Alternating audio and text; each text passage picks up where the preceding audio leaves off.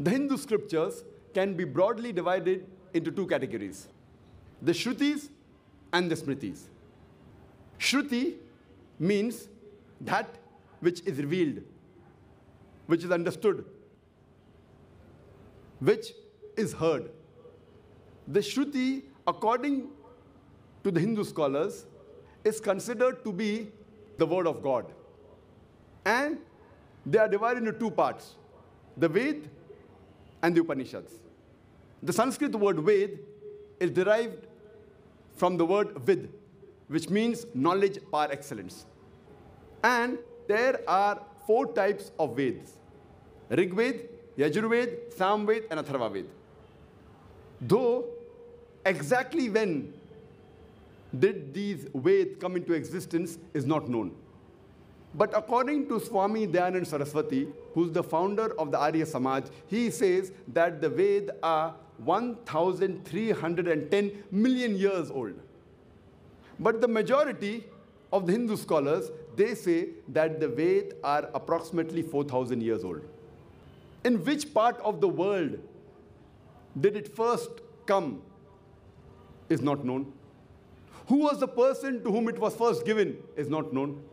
In spite of all these ambiguities, it is yet considered to be the word of God, and it is the most authentic and the most highest scriptures amongst all the Hindu scriptures. The next in authority are the Upanishads, derived from the Sanskrit word upa, which means near. Ni matlab down, shad matlab sit, sitting down near. When the pupils and students sat next to the teacher to acquire knowledge, it's called as Upanishad, which means knowledge, which removes ignorance. There are more than 200 Upanishads, but the Indian culture gives a figure of 108, out of which some are picked up as the principal Upanishads. Some have picked up 10, some 12. Sri Radhakrishnan has picked up 18 and written a book, the principal Upanishads. The next type of scriptures are the Smritis. Smriti means that which is remembered. It means memory. The Hindu scholars say Smritis are scriptures written by human beings, by rishis. And they are next after the Shruti. The Shrutis are higher than the Smritis. They're also called as Dharma Shastra because they tell how a life should be led by an individual, by the community, and by the society. One of the most important Smriti is the Purana. Purana means ancient. It talks about the stories of deities, about the creation of the universe, about literature.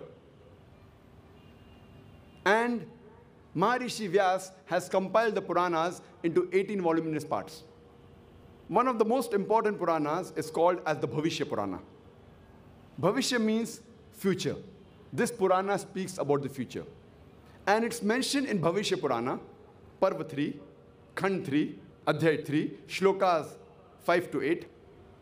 A Malecha will come along with his companions from the desert, and his name shall be Muhammad, peace be upon him. And Raja Bhoj will give this Mahadev Arab a bath in the Panchgarh and will welcome him with honor and address him with reverence and say, "O pride of humankind, you have created a great force to fight against the evil people."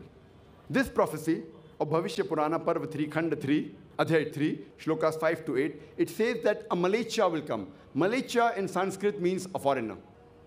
He will come along with his companions, talking about the Sahabas, from a Marusthal. Marusthal in Sanskrit means a sandy tract or a desert. His name shall be Muhammad, peace be upon him. Raja Bhoj will address this Mahadev Arab with reverence and say, "O pride of humankind."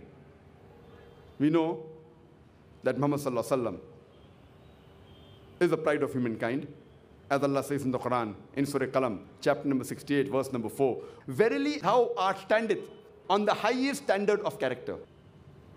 Allah says in Surah Ahzab, chapter number 33, verse number 21, "Verily in the Prophet Muhammad, peace be upon him, you will find a very beautiful pattern of conduct.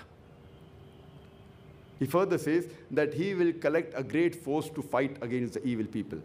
And we know that was done by Prophet Muhammad sallallahu alaihi wasallam. This prophecy refers to no one but Prophet Muhammad, peace be upon him. Some people may say that the Raja Bhoj mentioned in this prophecy was present in the 11th century, 500 years after Prophet Muhammad, peace be upon him, and was the descendant of the 10th generation of Raja Shilavahan. These people, they fail to realize that like the monarchs of Egypt, they were given the title pharaohs. There were many pharaohs. There was not one pharaoh. Like the kings of Rome were called as Caesars.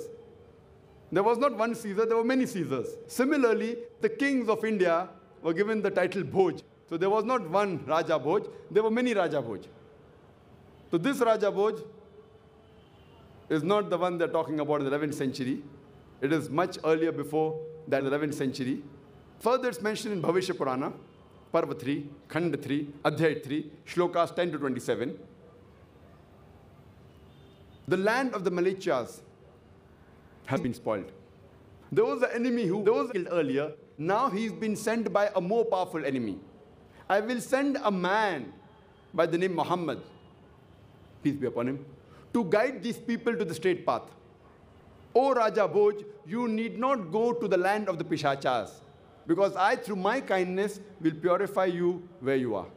Then a man with an angelic disposition comes to Raja and tells him that Arya Dharma will prevail in this world. I have been sent by Ishwar Paramatma.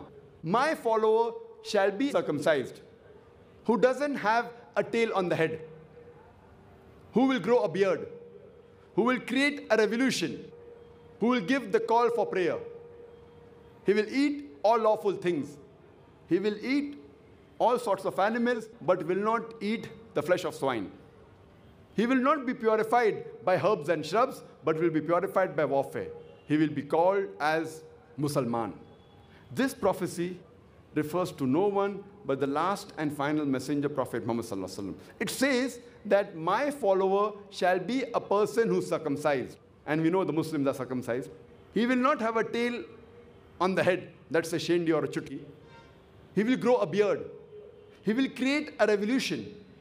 He will give the call for prayer, that's talking about the adhan, like you Muslims give. He will eat all lawful things. He will eat all sorts of animal, but will not eat the flesh of swine. And Allah says in the Quran in no less than 4 different places. In Surah Baqarah, chapter number 2, verse number 173. Surah Ma'idah, chapter number 5, verse number 3. Surah Anam, chapter number 6, verse number 145. And Surah Nahl, chapter number 16, verse number 115.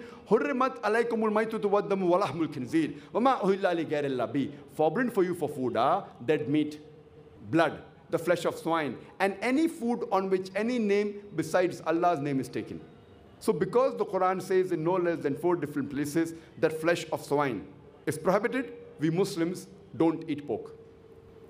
The prophecy further says they will not be purified by herbs and shrubs, but will be purified by warfare. And they will be called as Musalman. This prophecy clearly indicates about the coming of the last and final messenger, Prophet Muhammad sallallahu alaihi wasallam. It's further mentioned in Bhavishya Purana, Parva 3, Khand 1, Adhyay 3, Shlokas 21 to 23. It says that the 7 sacred cities of Kashi have been filled with corruption and Rakshas. In the land of the Malecha, the followers of the Malecha Dharma are good people. All good qualities are found in them. And in this country, we find all sorts of vices. O Rishi, glorify the name of thy Lord. Here too, it is talking about Prophet Muhammad sallallahu alaihi wasallam and his followers.